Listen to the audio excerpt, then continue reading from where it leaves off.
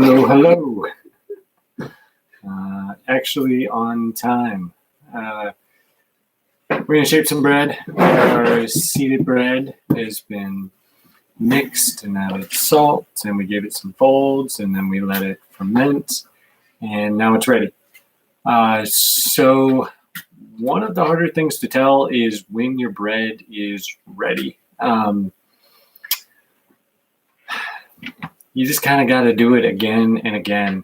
A real common thing you'll hear, and I'll tell you to do, but it's difficult, is poke test. So take it and either get a little bit of flour or a little bit of water on your finger, not a lot, and then give it a quick indentation, and then you see how long it takes for that to fill back in the bubble. If it doesn't fill back in, generally that means that it's overproofed. Why is that?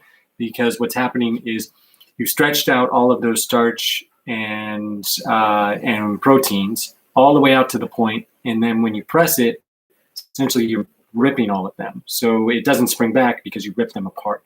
Now, second thing could happen, you could poke it and it bounces right back. And generally that means that it still has more time to proof. So you started here, you got to here, but you still need to get to like right there. What you want is to slowly rise back up over this, 3 to 5 seconds. And what that's proving is that you're like right there, and then it has a little bit more stretch to go, because it is going to stretch more when it hits the oven.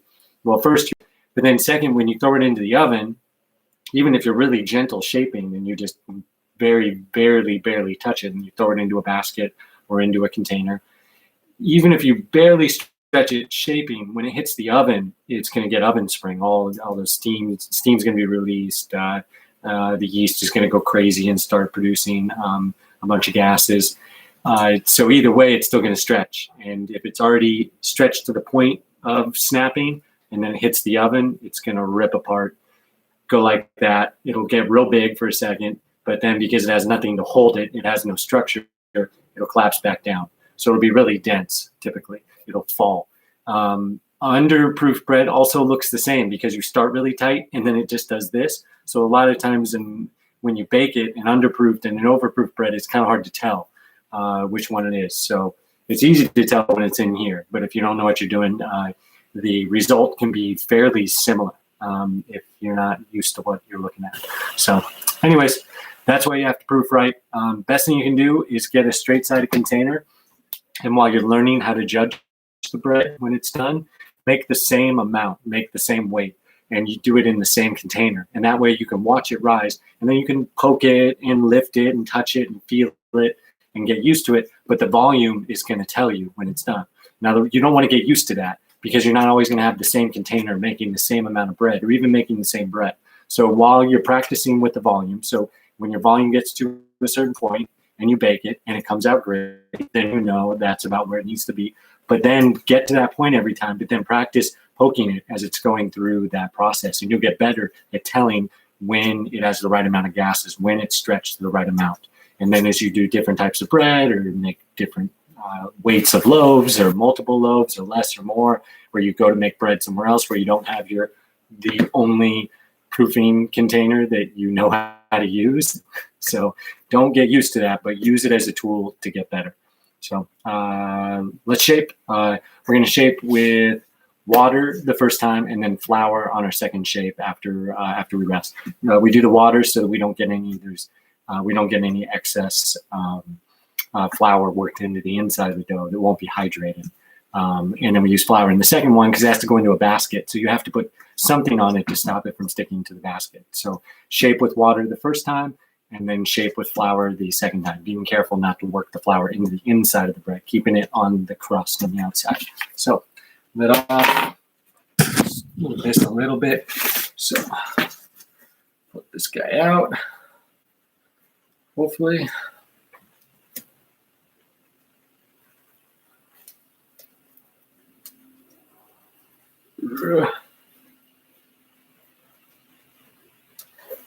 There we go.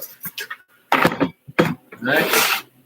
So our water and our tool. So get your hand in the tool just a little bit damp, not a lot of water. Now I've got 4 loaves, so we'll divide them.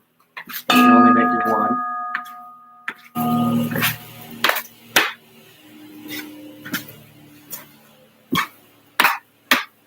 So, all right, so pick up your first one, set it down. So go over here and then flatten. See how this is under, this is flat.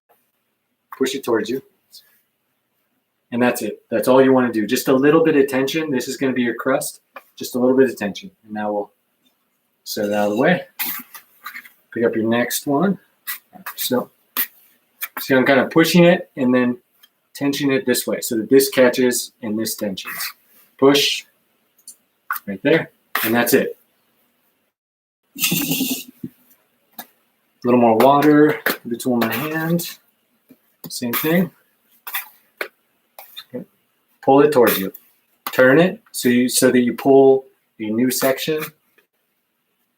Pull it towards you, just like that. Yep, there you go. Pick it up. Now, the only thing I'm doing when I'm picking it up, you don't have to, you could just do it where it sits, is when I pick it up, you notice how I'm hanging, so then that kind of folds underneath. So you're already setting top and bottom, and you're tensioning it a little bit. You don't have to do that. There's a million ways to do this. This is just one. So, same thing, just like that. Notice how flat this is. It's pushing. It's shoveling it there. This is catching, and then it's tensioning this. And then all I'm doing with the turn is trying to get a new section, because if you just keep doing this way, then these parts go out. So then I'm just doing that. And again, first one, just a little bit of touching. Be done. You can stack them together like that. AW, it does, yeah. It has the seed soak in it.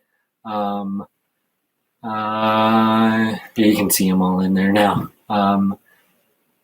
Yeah, it was in there earlier. I don't know. Maybe just the camera's bad. It's pretty bad. So I'm getting some lights and stuff. Right, so now we'll let it rest for a half an hour. If you don't have half an hour, that's fine. I mean, you could throw them in the basket right now, but getting a little bit more tension and working a little more tension in the inside is going to give you a better crumb and a better crust. That's why we do it 2 times. Well, we do it twice because you want it to rest. Because, yeah, the earlier vid, there was something weird. I might have done it on delay on accident or something. I didn't think I did. I don't even know how, but I think they're posted now. So, so we do it 2 times because it's same thing. So your gluten proteins, those 2 different proteins that make up gluten, one of them is extensible. It wants to, it spreads out while holding together, so it stretches. And then the other one, the property of it is it's elastic, so it wants to spring back. So you kind of have to work with that. You give them time to relax. So when you shape it, you're essentially tightening it up. And if you just give it a little bit of time to relax, then you can go a little bit further. But if you just pull straight through, some of it will stretch and stay, but some of it will just rip apart because you get to the end of its extensibility without giving it some time to really kind of slowly get there. So that's why we do this. Shape it one time just a little bit. You don't want to be beating it up because we're trying to keep a bunch of air, but not air, but gases in there. And we'll let it rest. And then once it's rest, we'll flour it, flip it over, do our little shape, get a little more tension into the middle and top, and then put it into the baskets and let it proof either for a little bit and throw it into the oven, or you could do it slowly at a lower temperature, like we've talked about. Like I'll probably bake off one of these for dinner and then keep the rest in the fridge overnight so they ferment a little bit longer, and then bake them in the morning. So, all right, we'll come back for our last shape so you can see that.